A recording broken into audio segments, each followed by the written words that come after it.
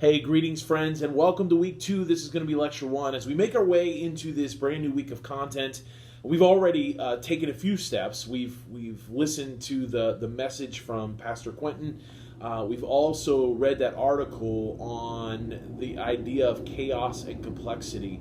I want to build on what we've talked about thus far, both in week 1 and through the content that we've already provided through the message and the article, as well as we make our way throughout the rest of this week.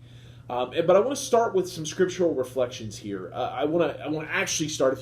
If you get online and you can check out in our modules, there is the PowerPoint for this week's lectures, and there's 2 quotes to begin our content with this week. And one is from a gentleman by the name of Todd Bolsinger. Again, I think we've talked about him a little bit. He wrote the book Canoeing the Mountains. He does a lot of leadership consulting and helps shape adaptive and transformative leadership. And he makes this statement. He says, leadership is energizing a community of people toward their own transformation in order to accomplish a shared mission in the face of a changing world. And I love the components of that statement, because I think what it points at is that leadership is about cultivating the kind of environment where people are transformed and reshaped in their perspectives, in their assumptions, in their attitudes about the prevailing notions of the world in which we live, and then mobilizing that for a shared mission as the world changes around us. And I think there's something powerful about reflecting upon that as the nature of leadership. There's also another quote just under that from Liz Wiseman, who I stumbled upon her book about 4, 5, 6 years ago, and it's a book called Multipliers. And it's a go-to for me. I've taken our staff through it at times in churches, and I've reflected about it often within my work.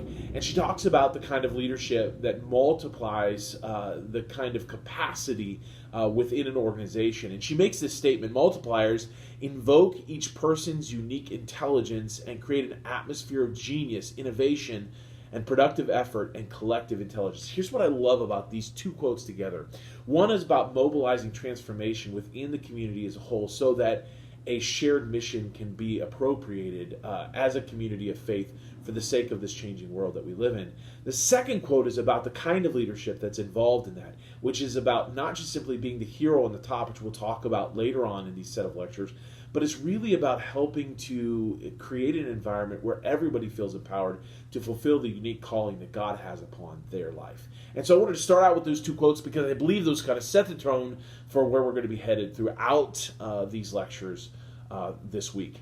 Now, the scriptural reflection I want to do is in regards to the book of Acts. Now, I want us to think about, so far we've been talking about the book of Acts. We've talked about, in week 1, we talked about Acts. In week 2, Pastor Quentin preached out of the book of Acts in Acts chapter 8. And we're going to continue to reflect upon Acts. You're actually working through Acts in your reading, because I think it funds the imagination in terms of the early movement of the church, at least scripturally, in those formative years and what that means. Now, when we talk about the book of Acts, I want us to recognize that there's 3 ways in which I tend to believe that people read the book of Acts. And I believe that these 3 ways of reading the book of Acts affect how we understand the movement of Jesus in the world in which we live. Because I believe that hermeneutics matter. The choices we make in our interpretive perspectives on Scripture matter. So the 3 ways that I often find people reflecting upon the book of Acts is, first, you kind of hear people talk about Acts or read Acts nostalgically, meaning, why can't we just get back to the early church? If we could just get back to that sort of pristine moment in the early church, we too will have the kind of impact that they had back then. We can have that kind of impact now. Now, I think this plays into some assumptions and some narratives that I don't always think are correct, but I think it's pervasive in our culture. This idea of nostalgia, that what once was is always better than what is now. And so when people say, can't we just get back to this pristine time of the early church in the book of Acts, I want to ask them, exactly what do you think that means? Like, do you want to go back to the church in Corinth, where there was pervasive sin and corruption that Paul had to deal with? Do you want to get back to the challenges of theological orthodoxy that that Paul had to deal with in places like Thessalonica, right, where he had to speak into some of the assumptions that people were making theologically that weren't altogether adequate or accurate. What do we mean? Do you want to get back to the nature of persecution? Listen, we are a privileged group of people who pride ourselves on our preferences and our individual rights, and we have trouble wearing masks, let alone dealing with the kind of persecution that they experienced in the early church. So what do you mean when you say you want to get back to the early church? Because perhaps our understanding of getting back to something doesn't look like it may be that we assume it would look like. But people want to read it nostalgically. If we could just get back. People want to think about the church and its mission today nostalgically, if we can just get back. That affects how we engage the mission and the movement of Jesus in this world in which we live in. That's number one. The second one, I would say, is people want to read it prescriptively. So they want to suggest that if we do things just the way they were done in the book of Acts, we will get the results that they got in the book of Acts. And so there's always sort of this primitivism that if we can get back to the early practices of the early church and do them, and so you'll hear house churches to say, we are going back to the book of Acts and we're doing Acts 2:42 through 47, and it's definitive of who we are, and we will get the same outcomes that the early church got. But ultimately what we're suggesting is that the church can be boiled down to this idea of methodology, right? So nostalgically gets trapped by this idea and this assumption that what once was is always better than what is, and that we ought to lament what is lost rather than lean hopefully into what could be. This is about methodology. If we just do the right methods, if we exhibit the right practices, if we engage the world in the correct way, we'll get a certain outcome. And I'm not convinced that the book of Acts is necessarily some sort of field manual where if you implement these practices in the way they did, because I think it fails to, one, recognize the changing cultural environments that the book of Acts emerges through. I mean, the book of Acts begins in Jerusalem, then goes to Judea, Samaria, to the ends of the earth. And with each one of those shifts, things begin to change because they begin to take context seriously. So it's not just about pragmatism and methodology. There's something more at work here. So you can read it nostalgically. You can read it prescriptively. But I want to read it missionally descriptively. And what I mean by that, and I've got a quote here.